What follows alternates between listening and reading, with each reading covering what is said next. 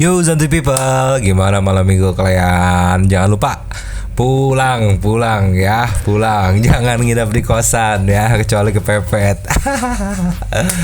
Yuk Santuy People, ini ada kisah mistis ya, kisah mistis yang lagi viral soal Gibran, remaja umur 14 tahun yang hilang di Gunung Guntur. Kurang lebih 6 hari dia hilang, terus ketemu. Tapi si Gibran ini pas ditemukan nampak kebingungan karena dari dia itu ngerasa kayak gue tuh cuma 3 jam loh. Kenapa orang-orang pada bilang 6 hari gitu kan? Padahal di aslinya ya memang 6 hari, cuman si Gibran ini merasa kayak cuma 3 jam karena pengakuan dia sih dia nggak ngelihat matahari gitu. Nggak ngelihat matahari, nggak ngelihat malam gitu, cuma ngelihat matahari. Jadi nggak nyangka aja dia kalau udah 6 hari dia hilang. Ini postingannya gue ambil dari Indozone ID ya, kita baca dulu nih. Di judulnya aja kisah mistis Gibran yang hilang di Gunung Guntur, tidak pernah lihat malam. Ketemu 5 sosok. Pendaki remaja bernama Muhammad Gibran Al-Rashid ini sempat hilang di Gunung Guntur. Gibran mengaku tiba-tiba pindah ke air terjun, padahal sebelumnya berada di tenda. Ada yang pernah ngalamin Santuy People, pernah naik gunung mengalami kejadian-kejadian dalam tanda kutip aneh gitu. Kalau mama nggak pernah ya, karena takut. Jadi nggak pernah berani buat naik gunung, kecuali gunung yang lain. Oke, kita lanjut slide nextnya. Nah, ini langsung dari kutipan source YouTube Jelajah Gunung Cikuray ya, di repost sama Indozone ID. Gue tertarik sama deskripsi yang dia cantumin ya. Hingga akhirnya Gibran ditemukan pada Jumat 24 September sore pukul 16 WIB atau jam 4 sore di Curug Cikoneng. Curug itu air terjun ya. Hanya berjarak 750 meter dari titik awal Gibran menghilang di pos 3. Jadi jaraknya cuma 750 meter dari titik hilangnya kan. Nah, selama 5 hari ke belakang itu udah pada nyari-nyari di area situ. Karena biasanya tim SAR tuh bergeraknya tuh radius. Hilangnya dari mana? Titik tengah nih, dia akan radius terus melebar gitu. Sedangkan ternyata cuma 750 meter posisinya. Anjir, serem banget anjir. Merinding. Lanjut lagi. Gibran langsung dievakuasi ke klinik untuk mendapat perawatan. Yes, petugas berkata kondisi Gibran saat ditemukan terlihat baik, namun dehidrasi. Dia tidak mengalami cedera, hanya luka lecet di kaki. Ntar kita bahas dari dua sisi ya, logika dan metafisika. Kita lihat dulu kayak gimana sih videonya, audionya cek, let's play. Gantian. Oh, ini proses evakuasinya nih. Ada tim SAR, tim pecinta alam gitu. Tali weh. Kenapa minta?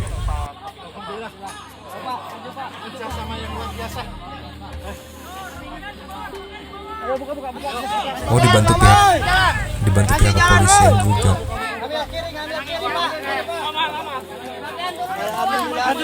Siapa pakai sapi. Ini brother Gibran ini nih. Siap-siap Gibran diundang ke TV buat talk show. Siap-siap. Tali. Ganti, ambil deh. Istirahat dulu, Pak. Jangan dipaksa. Tahan.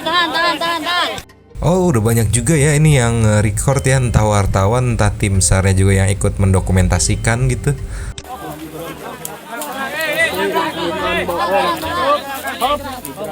Mantap.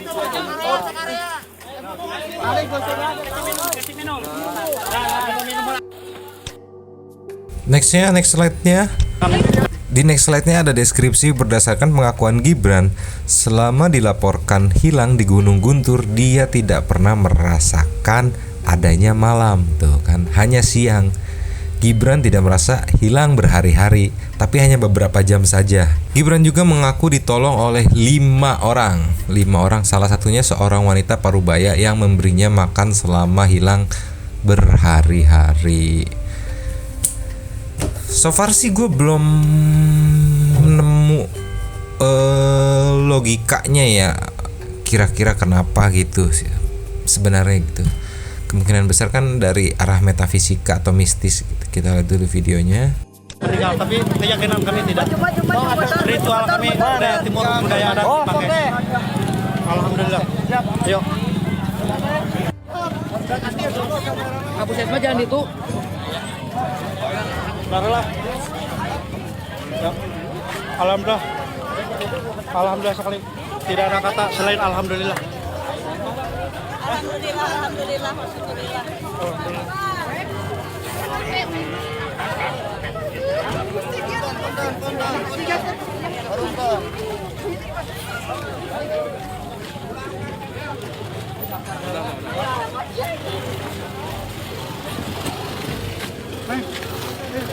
Alhamdulillah. Tempat yang ditentukan alhamdulillah. Alhamdulillah. Selamat. Selamat. Alhamdulillah.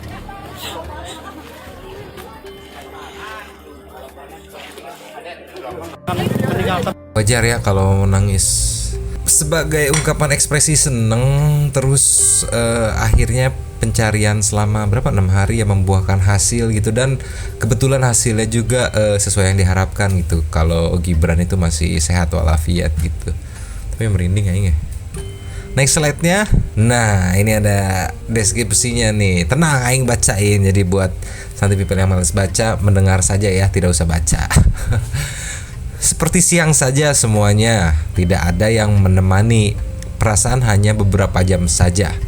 Total ada 5 orang yang saya lihat. Mereka nganter nasi. Itu kata Gibran ya. Saya sedang tidur di tenda pos 3, tetapi pas bangun sudah di air terjun. Lanjutnya mengenai detik-detik dia hilang. Saat terbangun dekat Curug Cikoneng, Gibran mengaku didatangi 3 orang yang menanyakan kondisinya dan memberikan nasi serta lauk. Tak lama 3 orang itu hilang begitu saja. Asli aing merinding bacanya. Aing merinding asli demi anjir. Lanjut lagi. Dia mengajak saya ke rumahnya. Namun saat diikuti hilang hingga saya terjatuh. Ujar Gibran. Di curug itu Gibran mengaku melihat berbagai hewan, bahkan ada buaya, namun hewan-hewan tersebut tidak mengganggu dirinya. Pikiran seperti kosong saja, tidak ingat apa-apa. Di curug itu saya melihat ada biawak, ada juga buaya termasuk monyet, tapi tidak mengganggu. Itu kata Gibran. Nah, ini next slide-nya. Gibran dikunjungi sama siapa ini ya? Sama Wakil Bupati Garut nih kalau dari keterangannya. Kita baca dulu. Menjelang ditemukan tim SAR, Gibran mengaku berjumpa dengan 5 orang dalam kondisi yang berbeda-beda. Hanya lewat saja, ada yang nangis, ada yang tersenyum, tetapi hanya selintas saja. Mereka ada yang menggunakan pakaian putih, ada juga merah, tetapi saya sama sekali tidak takut, kata Gibran. Kita lihat dialog Gibran dengan Wakil Bupati Garut. Audiensnya cek, let's play. Datang itu yang nyelamatin. Siapa? Tahu. Pak Adi ngasih roti, ngasih roti ya? Iya. Ngasih roti barusan. Selama 4 hari makan apa? 6 hari. Pohon di situ, rumput, daun. Enggak. Minum aja. Pakai daun. Minum. Terus minum. Terus nggak berusaha cari turun ke bawah nggak? Enggak. Kenapa? Ya susah. Susah. Karena susah turun ya. Bisa balik lagi susah gitu ya. Terus pernah naik tebing. Ya itu jatuh. Jatuh. Jadi akhirnya turun terus gitu ya. Iya. Berani ya. Berani. Ada yang nawarin makan. Ada. Ada yang iya nggak tahu perempuan Makanannya apa gitu? Nasi atau apa? nasi ikan Hari apa ibu? Dimakan? enggak Bagaimana? Kenapa ringtone-nya tidak di mute? Yang ada di sana teman-teman wartawan. Kenapa? Takut. iya nggak kenal Dewasa orangnya. Kurang gede. udah keluar Tua. ya keluar Ya curang jalan. Oh, jadi Gibran nggak ikut. Waktu Gibran dengar nggak ada orang yang nyari-nyari Gibran? Nggak lihat sama sekali. 2 hari 6 malam ya. 2 hari 6 malam Siang terus.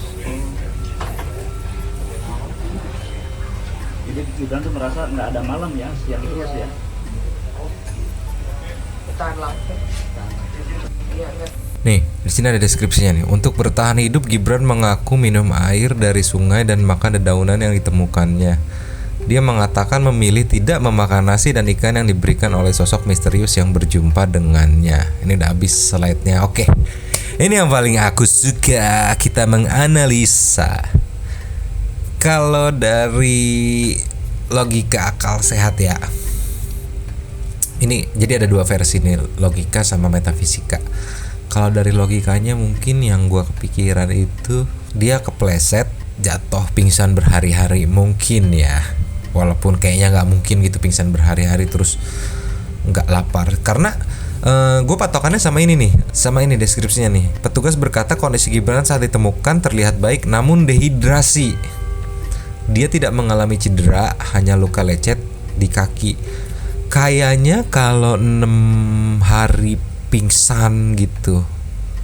Jadi kalau misalnya kita ambil logikanya kan dia kepleset pingsan berhari-hari gitu. Kayaknya kalau 6 hari gak ketemu air kelar kali ya orang ya. Manusia itu kan butuh banget air ya. Jadi kalau gue lihat dari sudut manapun kayak gak masuk logika gitu. Nah namun kalau kita bahas dari segi metafisika, ya percaya nggak percaya ini mah kita ngobrol-ngobrol aja ya. Ya buat yang nggak percaya ya nggak apa-apa, buat yang percaya ya nggak apa-apa juga. Kalau dari segi metafisika nih ya, kemungkinan kalau kalian pernah nonton YouTube-nya Kisah Tanah Jawa kan katanya tuh di gunung hutan tuh ada yang namanya portal ke dimensi lain. Kemungkinan Gibran ini masuk ke portal dimensi lain gitu. Kalau kita bahas dari segi metafisika ya. Soalnya kan di YouTube-nya Kisah Tanah Jawa, kalau Santai People pernah lihat itu, Om Hao itu pernah menjelaskan kalau di portal gaib itu atau portal dimensi lain itu waktu itu berjalan berbeda gitu. Di sana tuh sangat lama banget, kayak yang cuman ngilang 10 menit ternyata udah seharian gitu hilangnya, nggak sama gitu, berjalan tidak bersamaan gitu. Jadi kemungkinan ya kalau dibahas dari segi metafisika ya masuk ke portal dimensi lain gitu. Karena dari kesaksian Gibran sendiri dia bilang nggak ketemu malam gitu, seperti siang saja. Dia bilang dia ngerasa kayak cuma 3 jam doang, nggak, karena gue nggak pernah ngeliat malam nih gitu. Jadi kalau kita bahas dari segi metafisika ya itu masuk ke gerbang dimensi lain. Tapi untungnya berhasil keluar dengan selamat. Mungkin kedepannya karena udah pernah mengalami perjalanan supranatural gitu kan, Gibran bisa menjadi indigo gitu kan, karena sudah berinteraksi dengan dimensi lain gitu.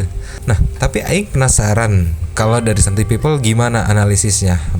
Mau dari segi logika monggo silakan ditulis di komen. Mau dari segi metafisika silakan juga ditulis di komen. Karena jujur aja nih, Aing nggak punya pengalaman banyak soal naik ke gunung gitu. Bener, Aing nggak pernah naik gunung. Takut.